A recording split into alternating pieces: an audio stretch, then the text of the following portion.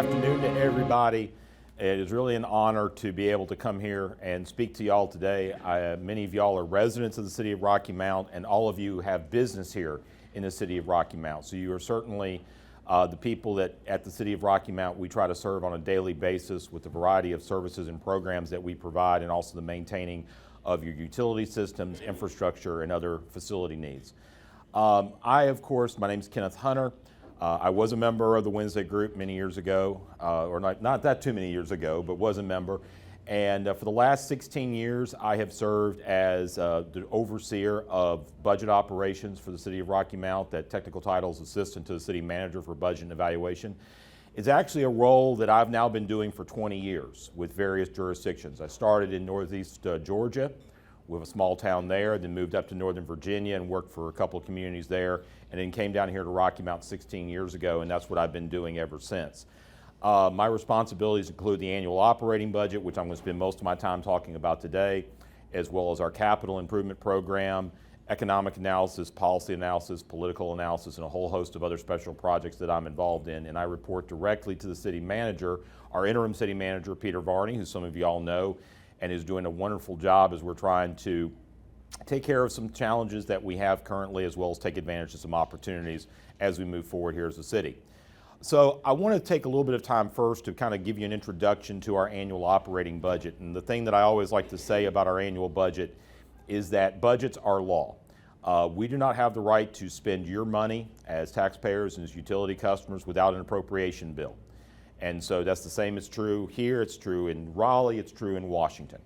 And we have to make sure that those appropriations are passed.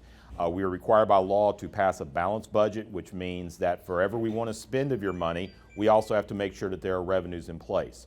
And we operate on a fiscal year. That fiscal year begins July 1st and ends June 30th. So by June 30th of each year, the City Council has to adopt a budget for the upcoming fiscal year. So this is all pretty much consistent with what you probably learned in school, and is not too abnormal. The overall adopted budget for the city of Rocky Mount for the fiscal year 2023, which began on July 1st, is $239.5 million. And that encompasses all of the various programs and operations that we have, including those that are functioning in the general government, which are included in our general fund. That's where your tax dollars go into, as well as then all the subsequent funds that we have for operations of surface transportation, emergency telephone services, as well as utilities. As you know, Rocky Mount is a full-service utility provider. We serve over 30,000 customers in the city with electric service, natural gas, water, sewer, and stormwater maintenance. And we provide those services on fee-based schedules. The general fund itself, when it was adopted this year, was about $84 million. That's a 5.7% increase from what we adopted last year.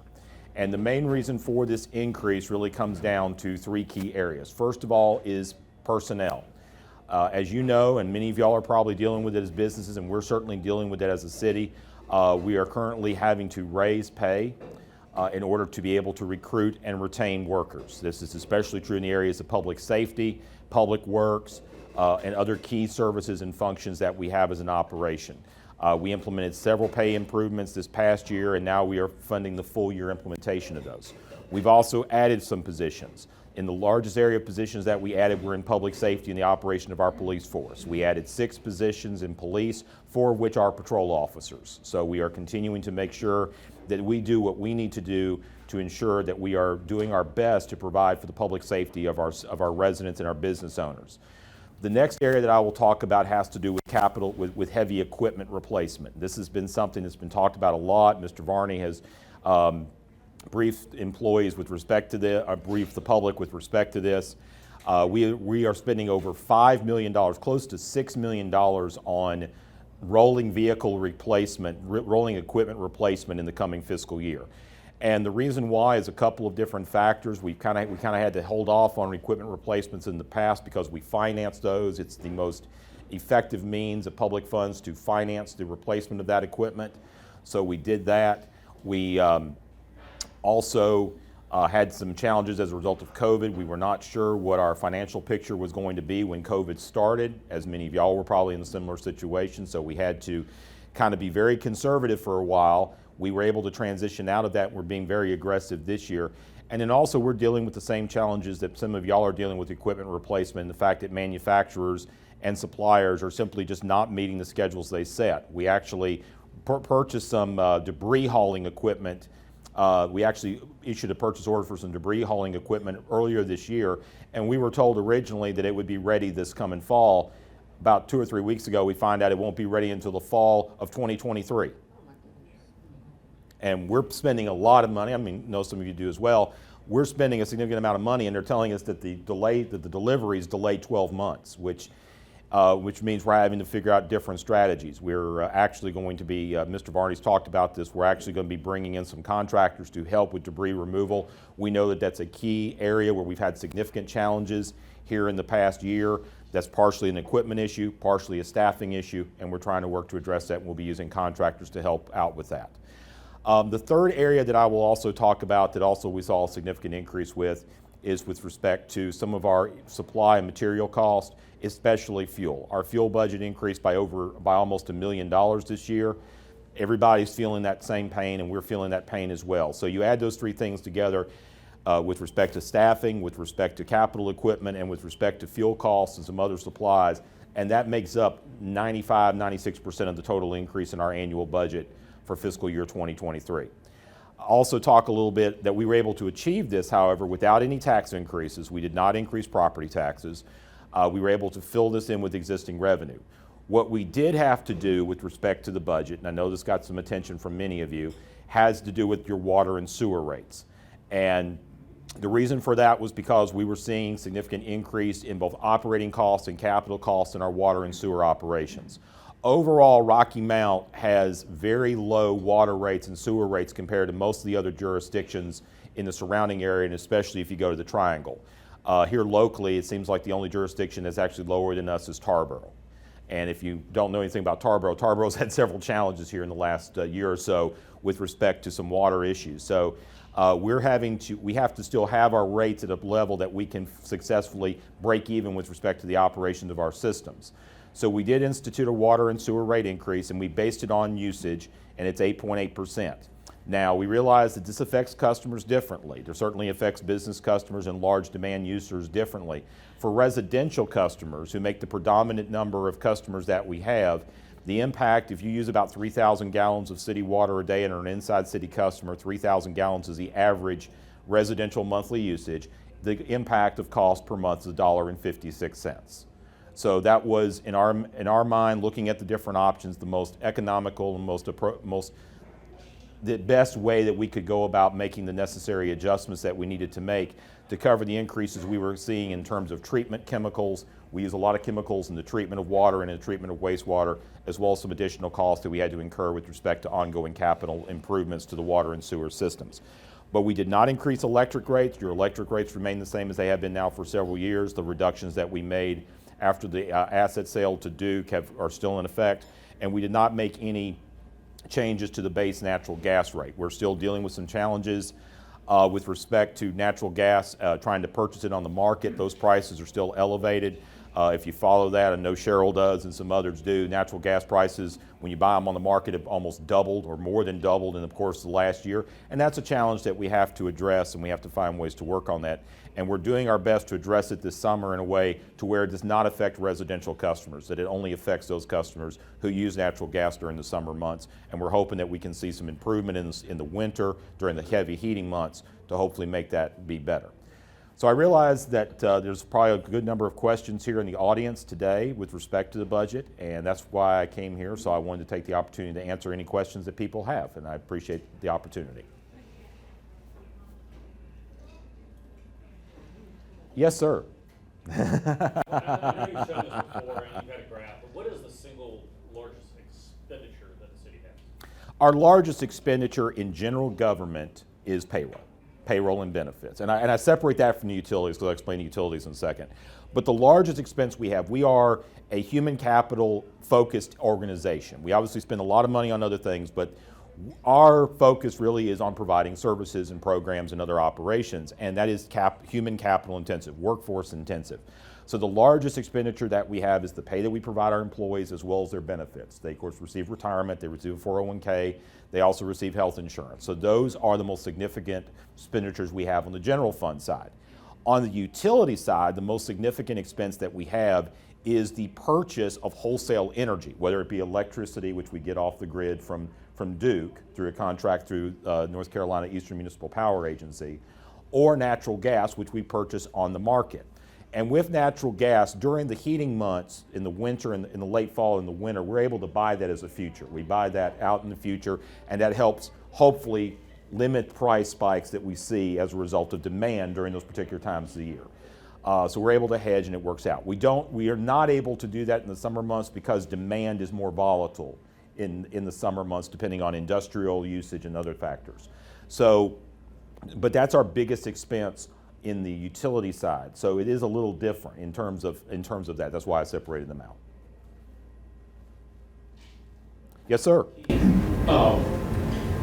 If you break down your employees for the city, where's your biggest need right now? Where you have the most people exiting? Our biggest need is going to be in public safety. That's a challenge that every jurisdiction in the country is facing. I just had a chance to look at the JOLTS report, which gives you an idea of job openings and those things that came out this morning.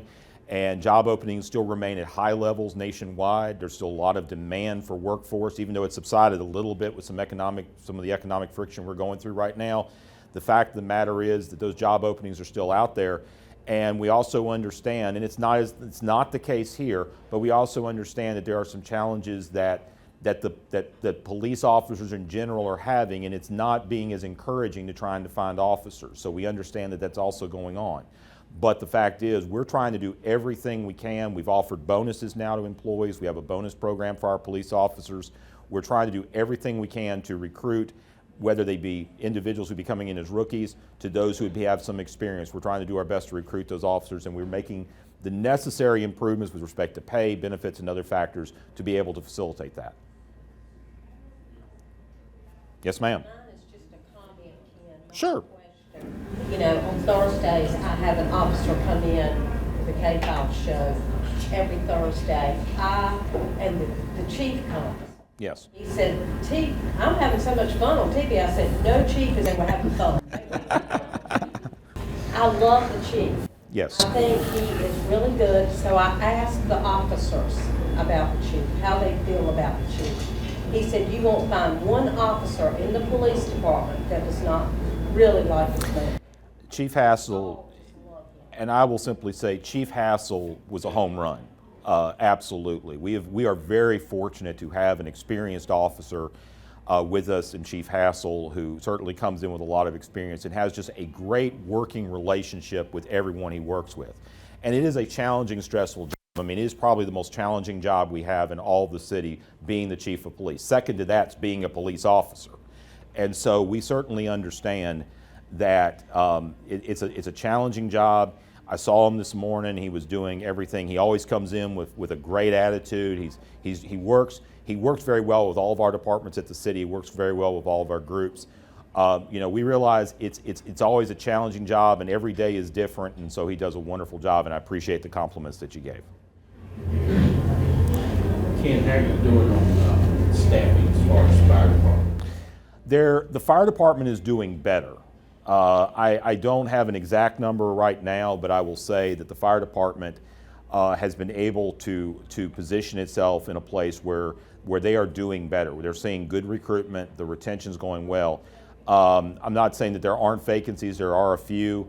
There also is the fact that like one of the other challenges that we're facing with our workforce that are also being faced by all workforces is that you're having a larger retirement turnover as well. There's nothing you can do about that. And so we are definitely continuing to have openings. I know they have a process going on right now where they're recruiting along with the police department. And we're very fortunate to have the quality of the fire department that we have here in Rocky Mount. They do an excellent job. Chief Mercer does an excellent job, and very excited for everything that they're doing. One of the projects that I just mentioned is one of the projects that we're carrying over with the budget is the construction of the replacement of Fire Station 2, which is in downtown. This is our heaviest utilized fire station at the corner of Grace and Raleigh Boulevard. That's a major project, and there's also some economic development component, redevelopment components to it as well. And then also in our budget is also the funding for the replacement of 2 apparatus. Originally, we were only planning to replace 1 apparatus, which is an aerial ladder truck. Those run about $1.5 million. That when you see a ladder truck, that's just how much those things run. But we also decided, due to some things that we noticed, to replace a pumper truck. So that's an additional $600,000 and so, and so we're replacing that as well. On a related note, but you also work with the chamber. You are very heavily engaged in economic activity. Yes. Reporting and researching on that. In the past, and I say back to the 80s and then early 90s, Rocky Mount was a bubble town. We had Hardee's, which in hard times was successful. People coupon and they buy fast food. When we had, Centura, People's and Planters Bank, we had flag companies here in our community. We had large manufacturing for NAFTA. Yeah. So when the economy was doing bad, we were doing fine. Now, how are we doing? How does Rocky Mount compare to the rest of the market in today's environment? It's an interesting discussion, and thank you for bringing that up. And I'll be very careful with my comments because yes, I do economic research, but I'm not involved in investment markets or anything like that. So don't make any bets based on what I'm saying, or don't make any investments. Go to Cheryl if you want that advice. Don't go to me. But the fact is, yes, that was something that when I moved here, I learned, and people would say, well, it's an 18-month. They would talk about the 18-month lag, or they talk about stuff like that. The challenge that we've seen, if you go back and you look at employment information, you look back in around January of 2008 or at the end of 2007, and you look where our local employment is. And I was actually doing this information for the Council of Governments because we're working on the SEDS plan right now. What you find is we're still significantly below our employment levels in 2008. In 2008, we had managed to recover the losses that we suffered in the 90s. As a result of globalization and other factors, Hurricane Floyd, those losses, this area had recovered most of those losses. We were kind of back on par from where we were in 1990. That's as far back as employment data goes at a localized level. And so we're still below that. And that's a challenge in the entire 5-county area of the Council of Governments, which includes Nash and Edgecombe, includes Halifax, Northampton, and Wilson. And part of the challenge that we have is that we've not yet really been able to shift or expand our economic profile to include those industries where there is significantly more growth. There are still opportunities in manufacturing, there's still opportunities in logistics, those opportunities are still there, and we still have a very strong industrial development apparatus, whether it be Carolinas Gateway Partnership, even with what Nash County is doing. Those institutions still do a very good job. The Chamber does an excellent job with bringing in retail and small business. Where we need to expand is really with respect to technology. We have some technology with respect to the healthcare sector and pharmaceutical manufacturing, where we have somewhat of a bump. We have Pfizer here, they have Merck and other companies down in Wilson. What we really need to be doing is figuring out how do we take advantage and build stronger relationships with what's going on in the Triangle, all the big recruitment that they've done in the last couple of years with Facebook, Google, Amazon, and others, and find a way to start seeing how we can benefit from that, not just as a bedroom community. Obviously, from a real estate perspective, from a small business development perspective, there are a lot of opportunities there because you're starting to see that migration in there. Brett can tell you all about that, and he probably has. But the fact is, we have to start saying, how can we enable ourselves to actually have a stronger workforce presence in technology, whether it be in software development, coding, technical support, whatever the case may be. There's really a need to address that, because you look at something like the VinFast operation in Chatham County, the reality is, as much as it's a manufacturing operation, that's a huge they need a lot of people in technology with technical backgrounds in software programming and that development, because even the batteries are computers. And so you have to kind of think about it from that perspective. So you really have to broaden and bolster in that area. And I think that's something that as we work through the SEDS will definitely be presented. For those of you who don't know, the SEDS represents a comprehensive economic development strategy. It's developed at the regional level. The Council of Governments, the Upper Coastal Plain Council of Governments is responsible for it. It's basically a 5-year plan. It's required by the feds for us to be able to secure funding from the Economic Development Administration of the Department of Commerce for economic development improvement projects. So it's a process that we go through every 5 years. There's a lot of people involved in it, and it's really a way to facilitate that. I will share a link because they're currently doing a survey right now that's going to be available through the rest of July for public input. And we encourage your input if you have an interest in sharing about what you think should be looked at from an economic development standpoint here in the region. Yes? Do we have anybody, Ken, that, formally or informally is, in any type of talks or handshaking with Research Triangle Park or any of that? So what I will say is, and I'm only sharing what I know, is that Nash County is a member of what they call the Research Triangle Partnership. The Caroline Gateway Council of Governments, I don't think Caroline's Gateway is at this point. They were, I don't know if they still are. What I can say is that there is, and I can't speak specifically. One, I don't know specifically, and two, and if I did, I couldn't say it. But what I will say is that there is constant communication that goes on between our economic development people, whether it be Caroline's Gateway Partnership, Nash County, Chamber of Commerce, city staff. There's constant communication that goes on between us, between the Department of Commerce, North Carolina Department of Commerce, between the Economic Development Partnership, which is run by Mr. Chung and does a great job in terms of facilitating it. It's kind of a quasi-government agency, federal agencies, as well as with the businesses themselves. There's constant communication and constant work that goes on in this area. One thing that I'll also say is that we're very fortunate, and we've already announced this, that we are bringing in a new broadband provider here to the Rocky Mount area with MetroNet, and we're looking forward to them getting started with the build out of that service. It'll be an all fiber service, it'll be fiber to the premise service, and we're looking forward to getting that launched before the end of this year. They'll actually be in construction hopefully this fall.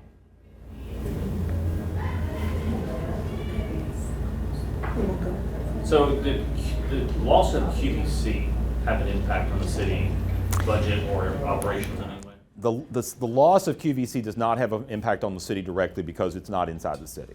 If it had, that would have been significant. And the challenge, just to give you an idea of what the challenge would have been, and I imagine, I can't speak off knowledge, but I imagine the folks in Edgecombe County have to look at this, is that one of the larger sources of revenue we have is property tax, and businesses pay that tax on not just as you know, as a business, you not only pay it on your facility and all your equipment and such, but you also pay it on your assets in-house on January 1st.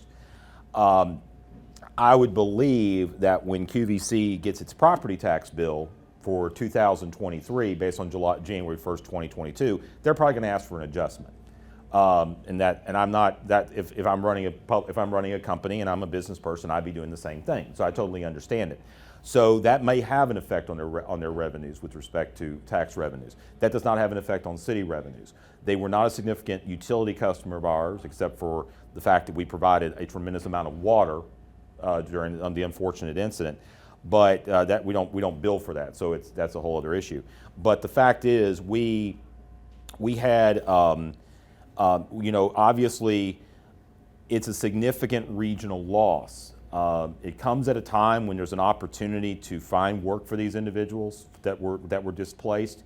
So the market overall was in a place where a lot of them could find new employment. We know there's still a challenge out there, but many of them can find employment.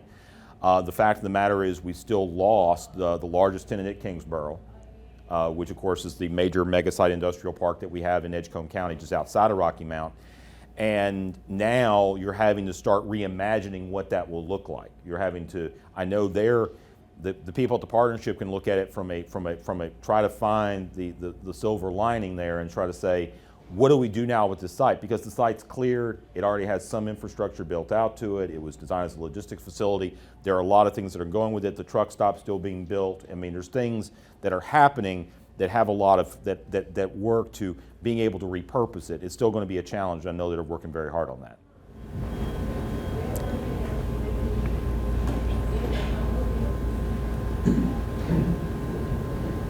You know anything about the timeline for the development of I-87?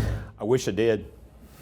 Right now I'm living through phase 1, which is Sunset Avenue and Old Carriage Road right now. I'm living through that. I would say that there is, what I know is that obviously now there are 2 87s there's the 87, there's I-87, I forget 887 or whichever one it is that was 264, and they just designated that one, and they actually were able, that one because it was a little newer, they were able to do, didn't have as much retrofitting to do. The biggest challenge they have with the I-87 project is the retrofitting, which includes, like, for example, the Old Carriage Road Bridge has to be elevated.